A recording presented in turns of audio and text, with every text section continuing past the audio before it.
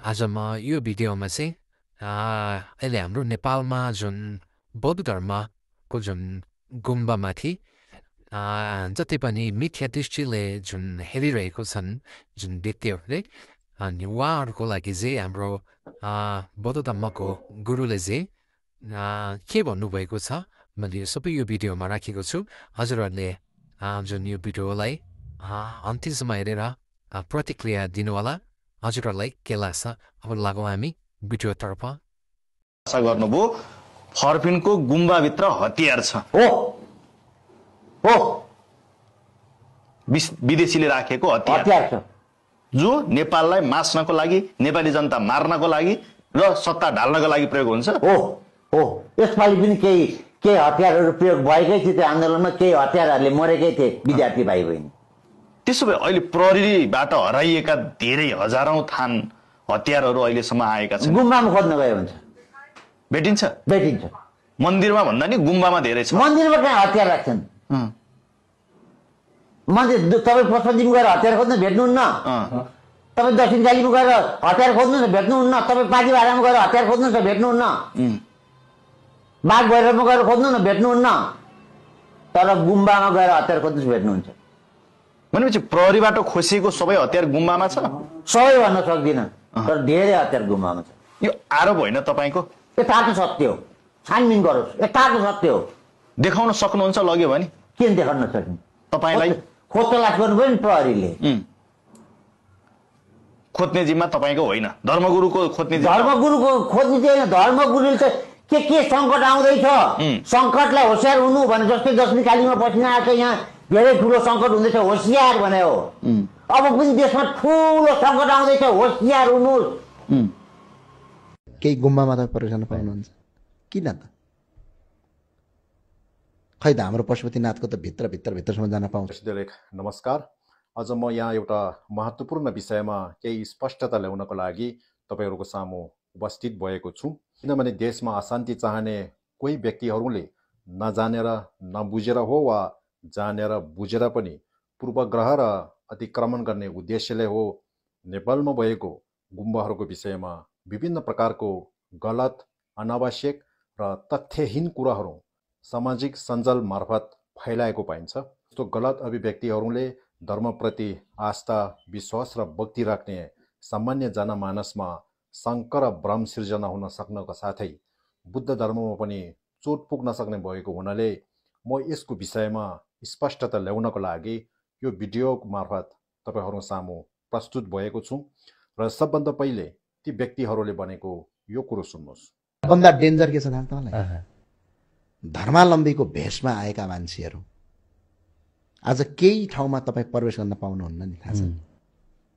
पाउनुहुन्छ? केही गुम्बामा तपाईँ प्रवेश गर्न पाउनुहुन्छ? किन त? खै त हाम्रो पशुपतिनाथको त भित्रसम्म जान पाउँछौँ।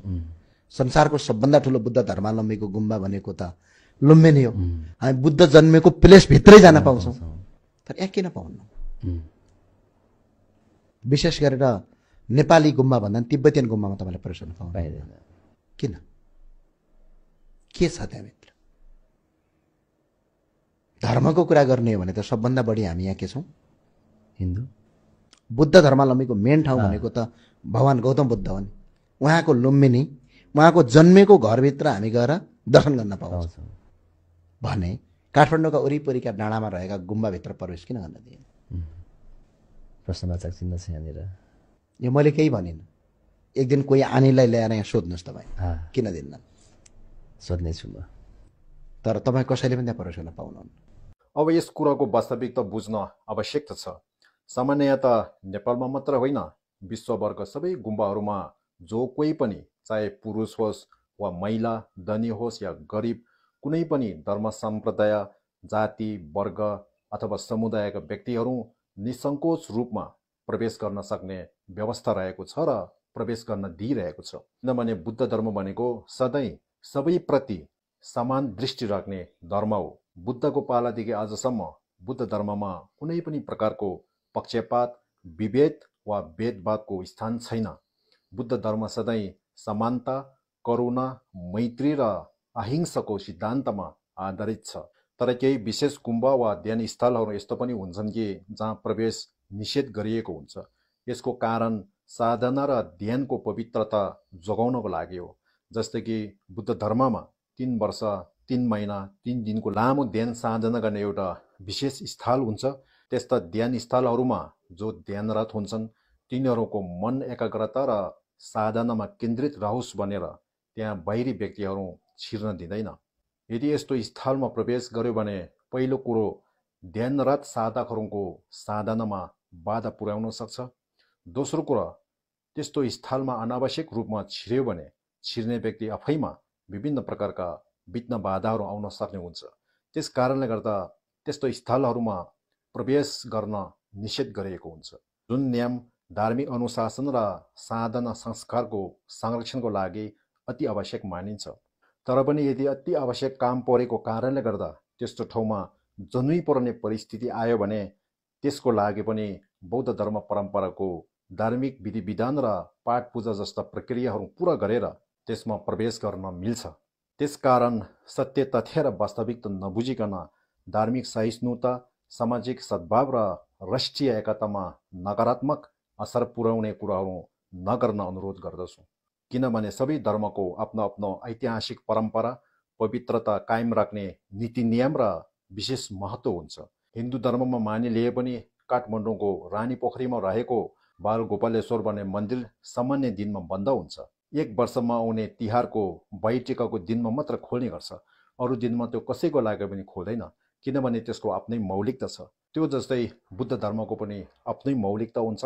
त्यस कारणले गर्दा सत्य तथ्य र वास्तविक इतिहास नबुझिकन विभिन्न प्रकारका नचाहिँदो टिका टिप्पणी नगर्न म अनुरोध गर्न चाहन्छु। र अर्को कुरो लुम्बिनीमा रहेको मन्दिरमा चाहिँ सबै छिर्न पाउँछ भनेको रहेछ।